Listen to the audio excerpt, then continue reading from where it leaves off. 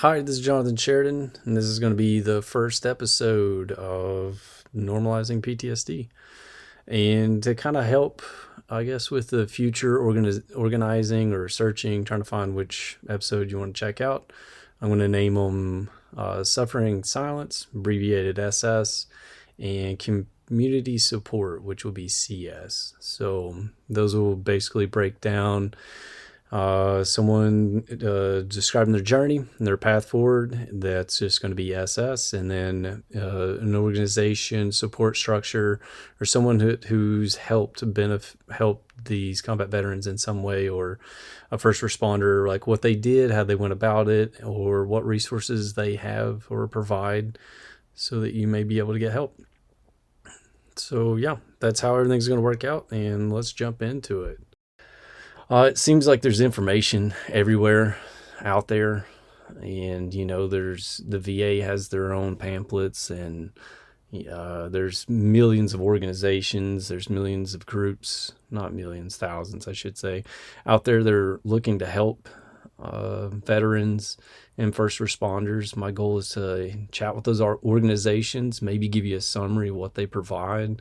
So maybe you can come here and check it out, hear it from the source itself, make it a little bit easier. And yeah, hopefully that's beneficial. Eventually, we're going to make a website and have all the resources listed on there, so it's really easy to search. And let's see. If you don't mind, it'd be awesome if you followed us on any social media platform. We have Instagram, Facebook, YouTube, and Facebook. I'm horrible with social media. I honestly think it raises my anxiety, so I just avoid it for the most part. But I wanted to create and accommodate as many people as possible and just get out there. Everybody uses a different social media for different reasons. I just wanted to hit them all, so you could DM us, hit us out with questions. I'll get back to you as soon as I can. And yeah, moving on. This podcast is most likely going to grow by word of mouth. So if you know any veterans or any family members of veterans that are looking to share a story, chat, or anything along those lines, any organization that helps veterans or first responders, reach out to us. I'd love to have you on. Love to discuss what got you into your role, what y'all provide, what you do to raise the quality of your life, what makes your life better. Just want to hear it all, want to try it all. And I feel like it'd be rude if I didn't share my story. So before anyone else jumps on this podcast and kind of throws their self out there, I wanted to do it first. So, lead by example kind of thing. So that being said, I'm hoping this comes out on Memorial Day. I hope everybody had a great Memorial Day, and hopefully we took a moment to remember why we have that holiday. That 3-day weekend's amazing, but the sacrifices people made for us to have that holiday, you can't really put enough on that to show appreciation for it. And the ones that really impact me, I think, in a special way, are the ones that don't really make national news or anything like that, and it's the ones that made it home but didn't really make it home mentally. I can only speak for my community. Seeing the suicide rate in combat veterans is astronomical. I think there for a bit we were losing someone 3 to 6 months, for years. And it's really sad to see someone come back from such a challenging situation as a hero and then end up not being able to find a way back into normal society. And hopefully we can lower that number if we all work together. And it's really the dream. So we'll start with me, my early life. Born and raised East Tennessee, from a small town called Dandridge, Tennessee. Pretty normal childhood. I guess my mom split up with my dad when I was a kid. I met probably the most badass dude I know. He's officially my dad and has been since I was 5. He was, I guess, my hero growing up. But what comes with heroes is you see what they do in life, and it kind of gives you an example of how you want to be. My dad was a police officer. He's still a police officer, he's chief of police. So watching him put his life on the line to be better, like to have a better community, to, I don't know, promote. I don't know. He was always there if anyone needed, He wasn't one of those cops that would like hammer you all the time. Like if there was an opportunity for him to give someone a break that deserved it, then, it seemed like he was definitely able to help people on a high level. It's really sad to see how the perspective on police officers changed over the years, especially in, like, I guess, big media.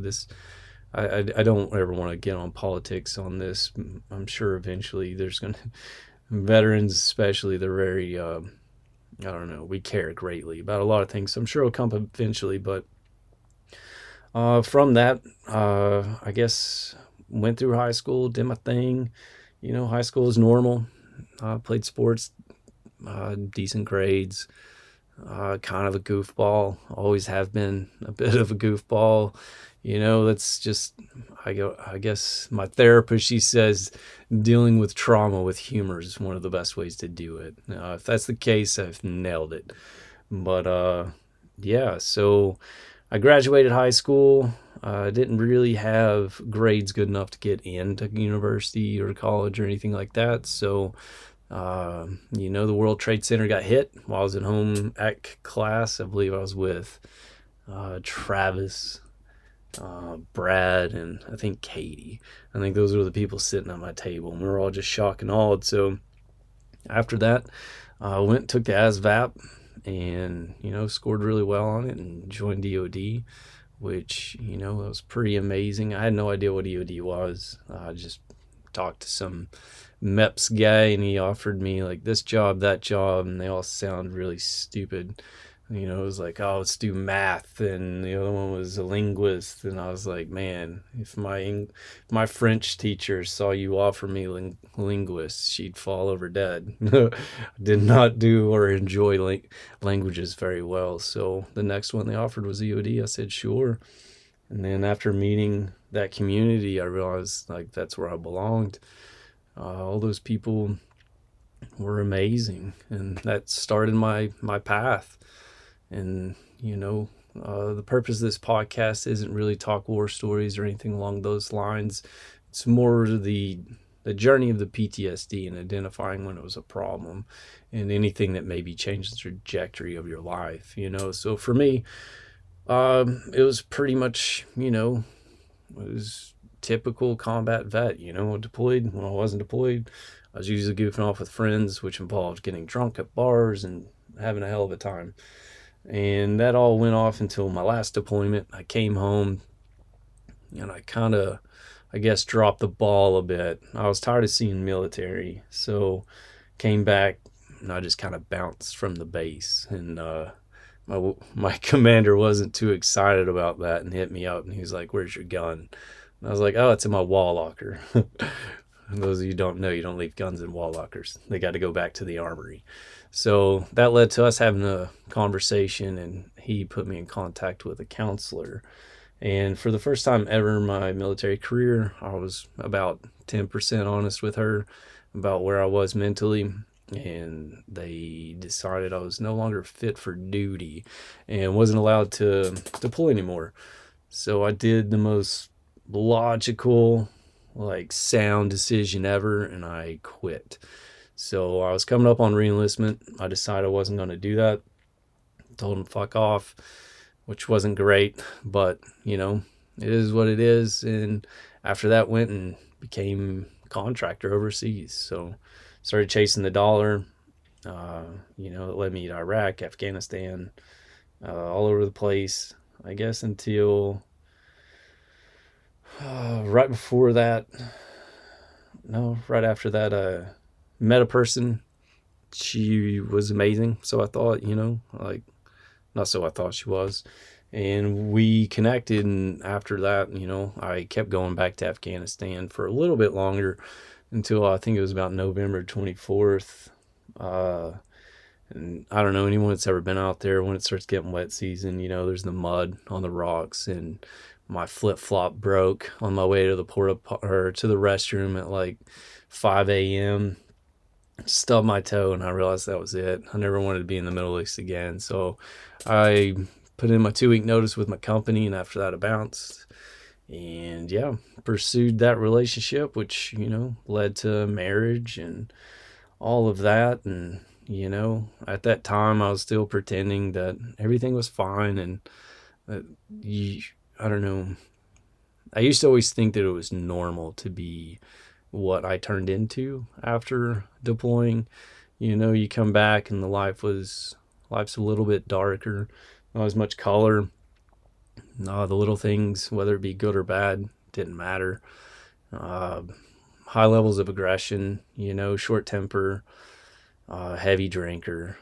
Um, when out with the boys, all about some aggression, maybe even getting in some fights, stuff like that.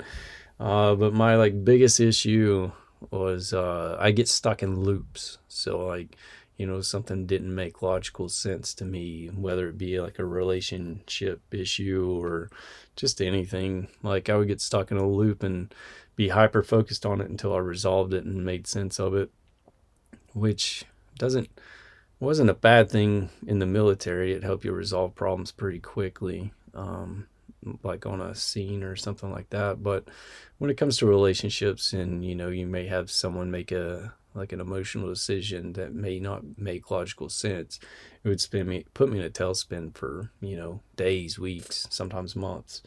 So that led to problems in my relationship, which led to marriage counseling.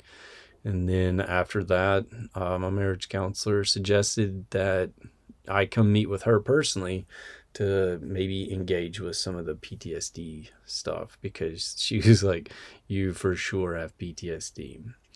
So I guess it took me to that point to have something worth losing, or that I didn't want to lose, that kind of trumped my pride, and be like, yeah, I clearly there's some things going on here that I should probably really address and see if I can improve.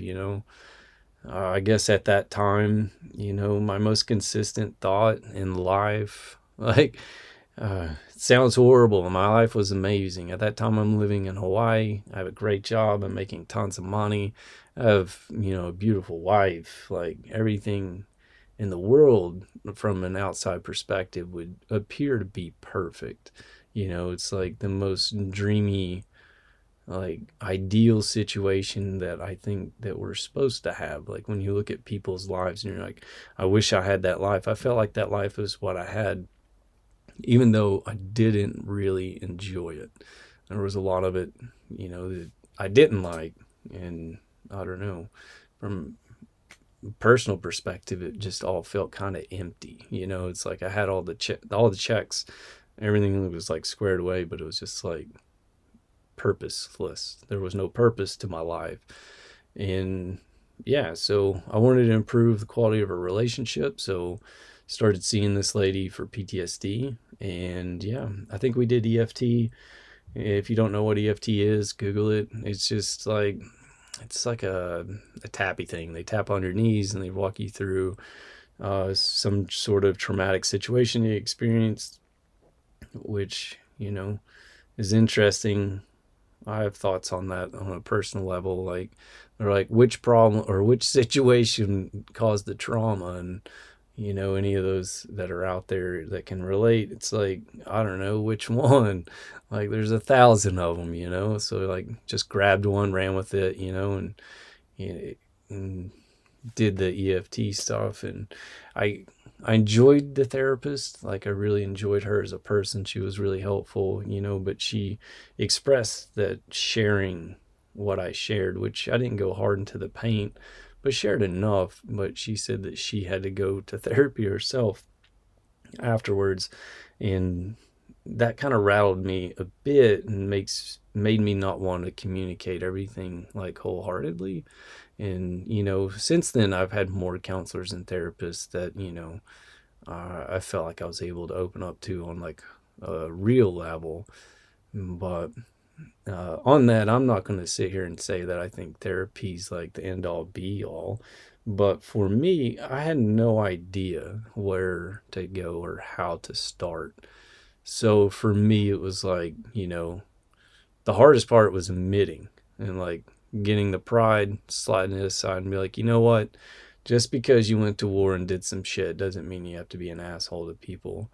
I'd see my family when I go home. Like, I can remember a few times, like, I don't swear in front of my mom. She's listening. Sorry. But I remember swearing in front of her and my sister, and still to this day that breaks my heart. As well as, like, if they did anything like annoying, like, I would just bounce, and it's not for like a day or two. Like, I would disappear for months and sometimes take a deployment just to like get out of it, because I couldn't stand being at home.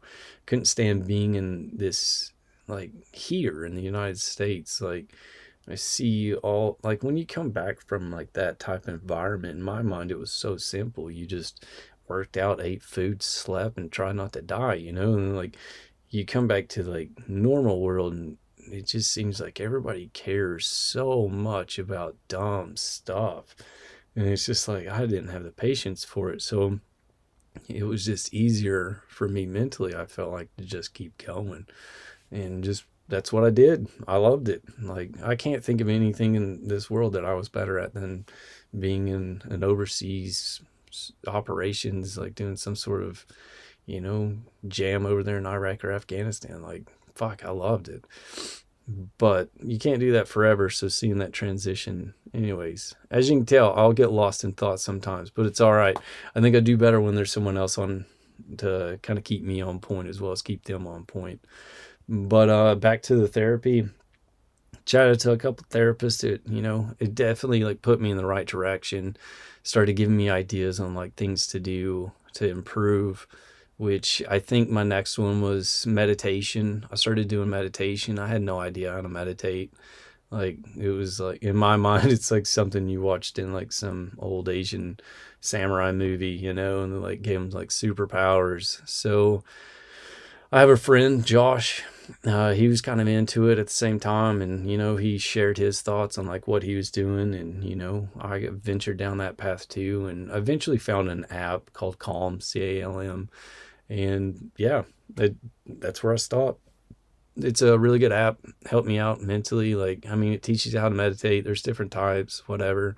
I just do the one that works for me. It's like a daily 10-minute like decompression.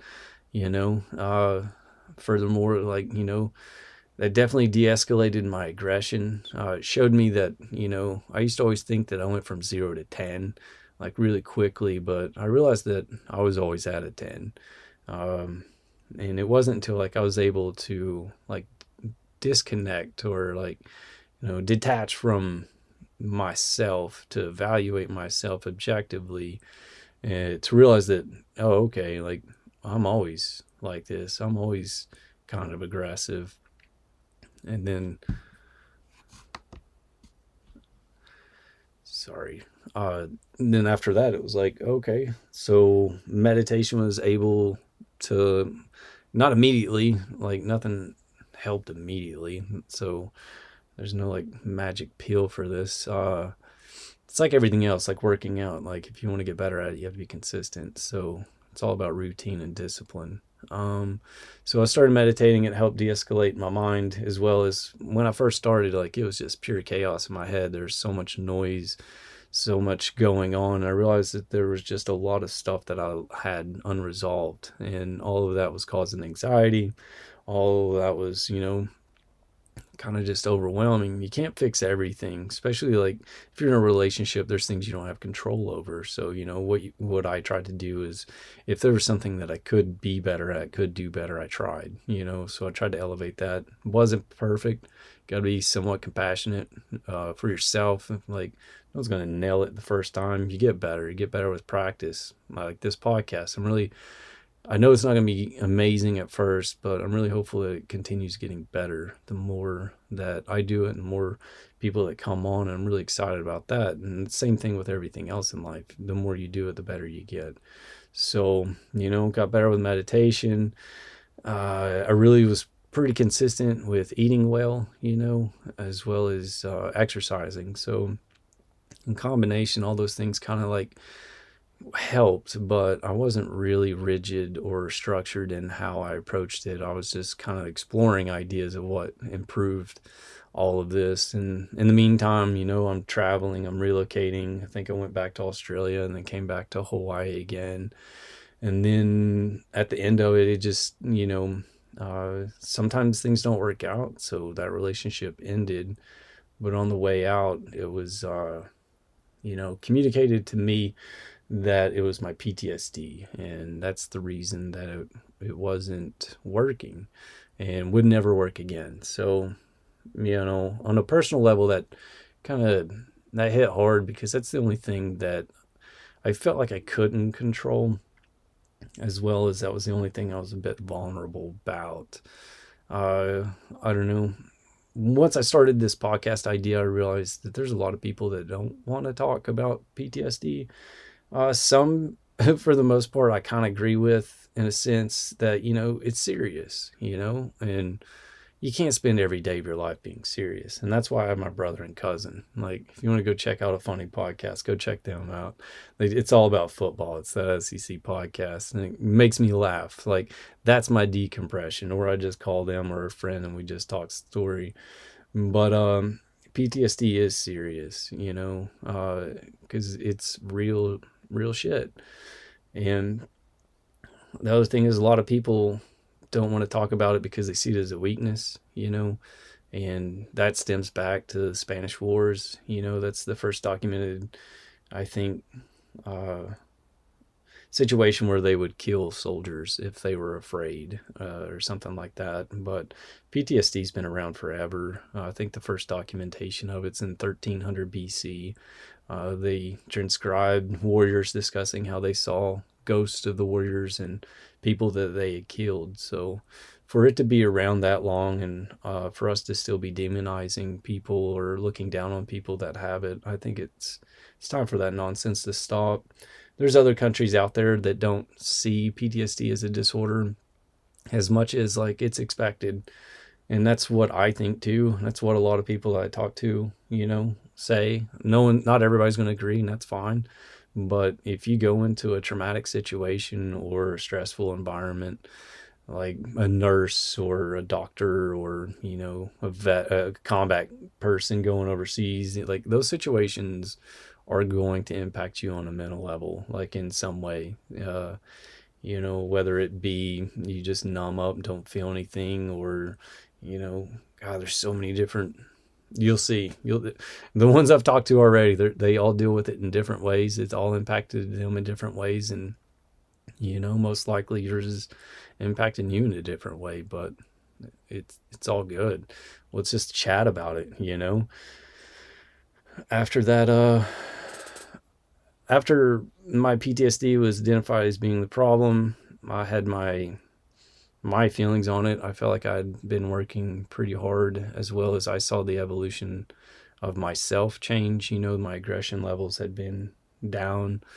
Like I no longer really like raised my voice. I didn't swear. So like, I felt like, instead of taking, I don't know, ignoring that, I challenged it and was like, okay, well, I want to prove to myself that this isn't the case. So I got another psychologist and started from zero, spun her up on the situation, was like, I just want to not have PTSD be an insecurity in my life anymore. So we started the process and worked pretty hard for 6 months doing just about everything you could think of, whether it be immersion therapy, EFT. There for a bit, I was so dark. I even tried, antidepressants. It wasn't really my jam. I'm not an advocator of any type of drugs, really. But I took it for almost a month and a half, because I was to the point where like I saw no purpose in life. So life is a series of events with empty repercussions. It all results in the same thing, which is we die and it's over. Within 100 years, any person that cared about us will forget us, So it was just like complete darkness, which wasn't out of characteristic for me. I mean, another symptom of my PTSD jazz was the most consistent thought in my head for about as long as I can remember would be death. It's not so much suicide, but definitely like, death, like the day that comes being like peaceful. But unfortunately, or fortunately, whichever way you want to look at it. Like for me, like I have a lot of people in my life that I love like unbelievable amount, and doing that would impact their life in a negative way, and I never want to do that. So instead of having that thought, I was like, fuck it, I'm going to do literally anything that pops up that's PTSD that suggests that it helps or anything like that. So that's when I started down that road. First off was trying to find, well, that's not first. First was cutting out negativity in my life. So, since my relationship ended, and that was, it was kind of a clean break. The typical like friend divide thing happened, and people pick sides and whatnot. But I also saw it as an opportunity to clean house. And anyone that was, I feel like a, I don't know, fruit that wasn't worth the squeeze. I guess that's a nice way of putting it. Um, something along those lines. It's just like any relationship that wasn't positive. Not all of them, but the majority. There's certain ones that I'll keep them in my life no matter what. But yeah, I just cleaned house. I deleted social medias. Started from scratch. Only let people in that I saw extreme value that improved my life in positive ways. And yeah, and then after that I was trying to find something that I enjoy. I had no idea what I was into. I just spent almost, it felt like a decade doing whatever like I felt like someone else wanted and trying to raise the quality of their life. And then now it was like, oh shoots, who am I? And it was like, okay, so ran down the list of like, what do I enjoy? And it was like, I don't know. I tried surfing. Nope. Hate sharks, especially when your friends tug on your lanyard. Absolutely scared the shit out of me. So it was fun, and definitely like fun spending time with friends, which was like check. Enjoyed it enough, but that wasn't it. And then that's when uh, I guess, well, I should back up a little bit more. About a year before my separation, I did sobriety. I had a friend back in the day in Puerto Rico who suggested it as well as he did it. And after his year of sobriety, like you saw just an evolution of him, like it almost seemed like any sort of addiction that he may have had, whether it be because, with drinking comes smoking and, other bad habits down that pathway. Like once he did that, it was almost like easy to do the other stuff. So once I moved back to Hawaii from Australia, I decided to just quit drinking. And me and my ex separated about, I would say, like close to a year mark. And I was in such a bad state, I just continued not drinking because I really liked the clarity that it brought me, as well as if it wasn't for that, I wouldn't have realized that I was having TBI issues. I also have seizures, so if I repeat myself, it's because, yeah, I have TBI. Kiss my ass. But other than that, during that time, that's when I started being a little bit more structure with what I was doing to be positive in my life. So after everything kind of settled down and I removed the negativity out of my life, I created a structure in my life. And uh, from top down, it was no drinking, no drugs. I did it for about 18 months. And after that, I just started eating better. Not like strict diet. It's more like eating well. Like I saw that eating good food made me have higher energy levels. It didn't make me feel sluggish. It gave me like the energy to like do other stuff that was more positive, like before it was like I'd eat a pizza and then I'd be like so sluggish. All I wanted to do is sit there and watch movies, which I mean, it's all right to watch movies. I think I do it like once a week and I still eat pizza. But The next was working out. My favorite jam in the world is to wake up, do some sort of cardio or like some high intensity workout followed by meditation. Like I feel like the combo of those two just really helps me. Like it zeroes me out and makes me feel like ready for the day. After that, if I have the time, I usually do some sort of lifting too, just to stay strong. And then, finding what I enjoyed in life, went down the list a bit already, surfing, stuff like that. But it wasn't my jam. The hobby that really stuck with me was jujitsu. I really appreciate the guys that, facilitate that for me. Veeks is amazing. He's my professor, and mutual.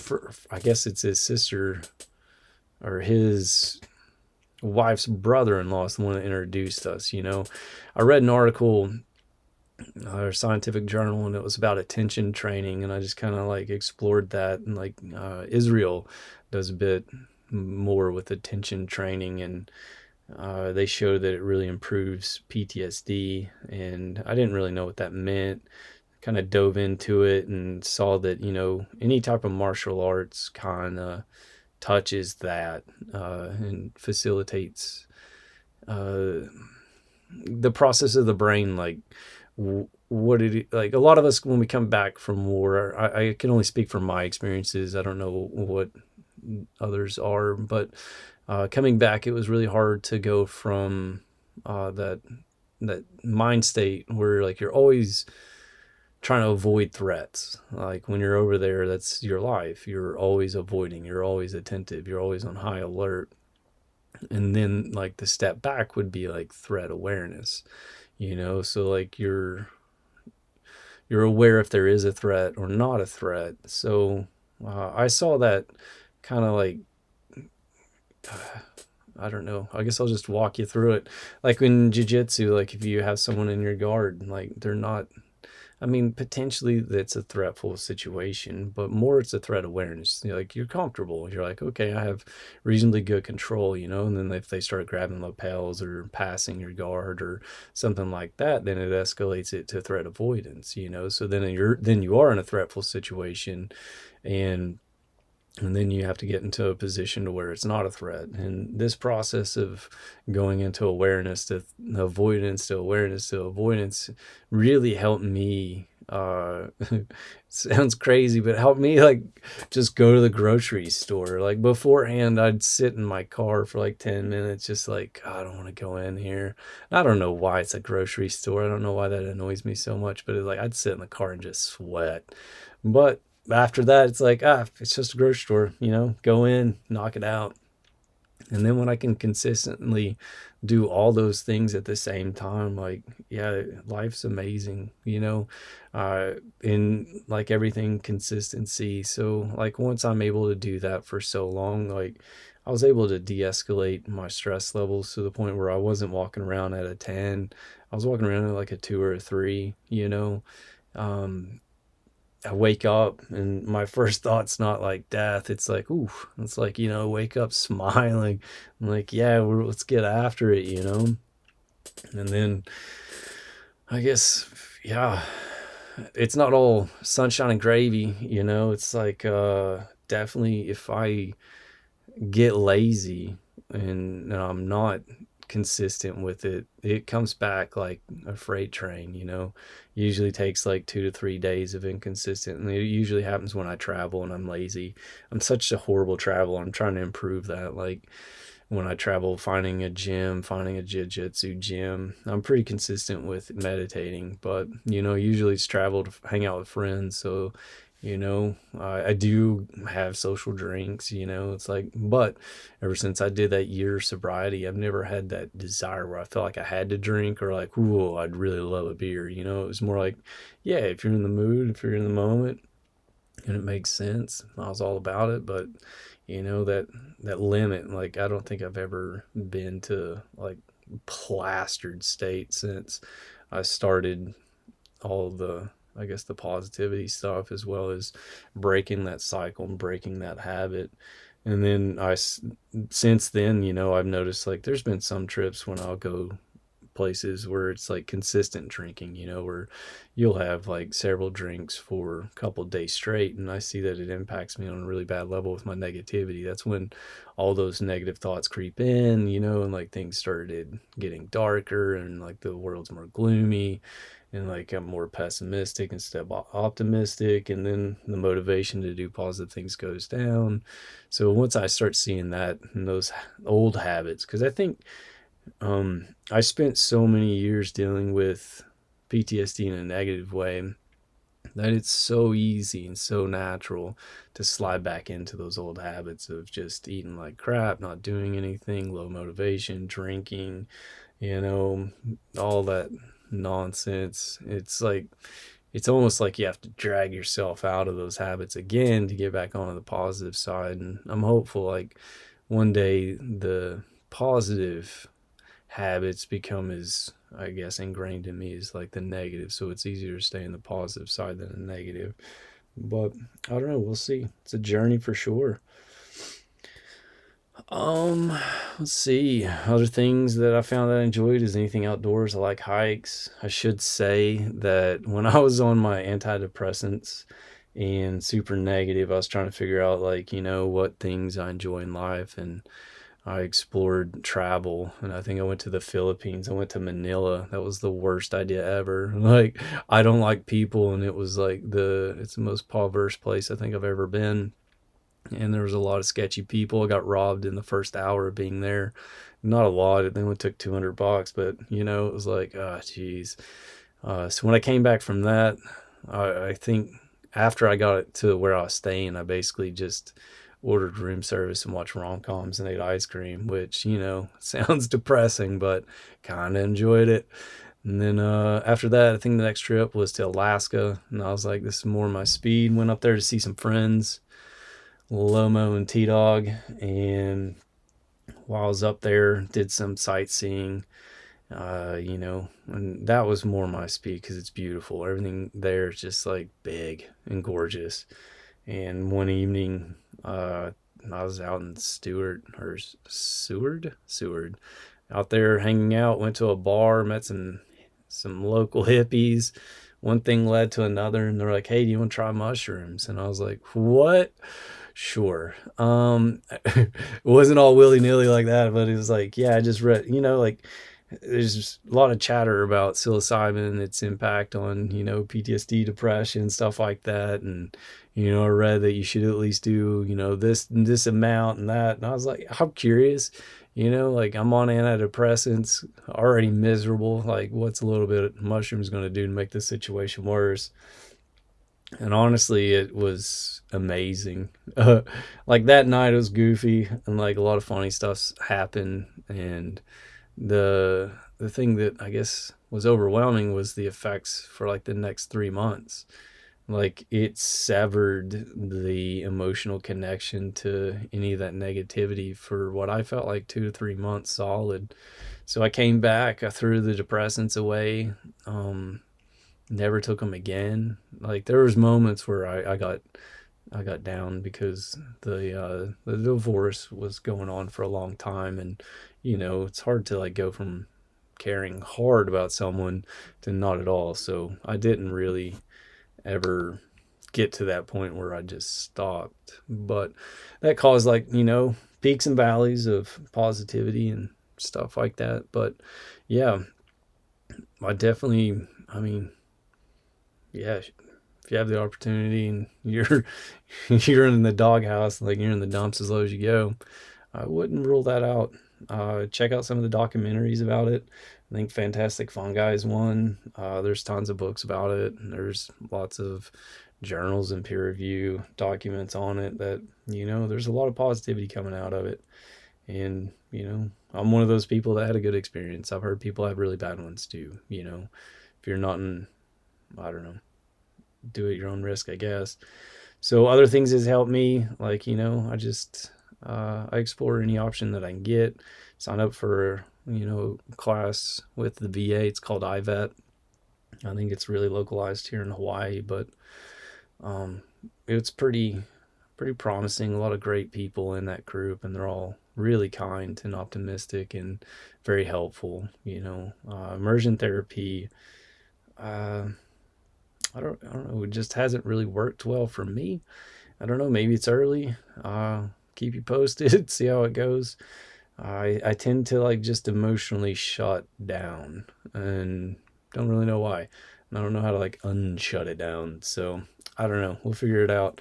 Other things that help, books. I love reading stuff. One of my favorites currently and has been for a while is Jocko Willink. Check out his podcast or whatever, as well as his book, Discipline Equals Freedom and Extreme Ownership. And I feel like that's 100% the key for me is, taking ownership that, it's my responsibility to be a better person. It's my responsibility to control my emotions, not have my emotions control me. I feel like I have control of every aspect of my life. So if there's something that's not positive in my life, then it's my responsibility to get after it. There's certain aspects of health and stuff like that we can't control. It is just, it's all about roll of the dice sometimes, but a lot of things can be controlled, diabetes and whatnot, all that stuff can be hammered out by a good proper diet, eating better, putting positive stuff into your body, being a positive person, reading more positivity. Like I cut out social media because I didn't want the noise. I was tired of the news. I'm tired of all the negativity in the world. And I just spent time working on me. Being the best version of myself makes me be the best version, best brother, best, son, like the better I am for myself. And it is a smidge selfish for sure, prioritizing yourself. But I feel like if you do that, then you're a better person for it.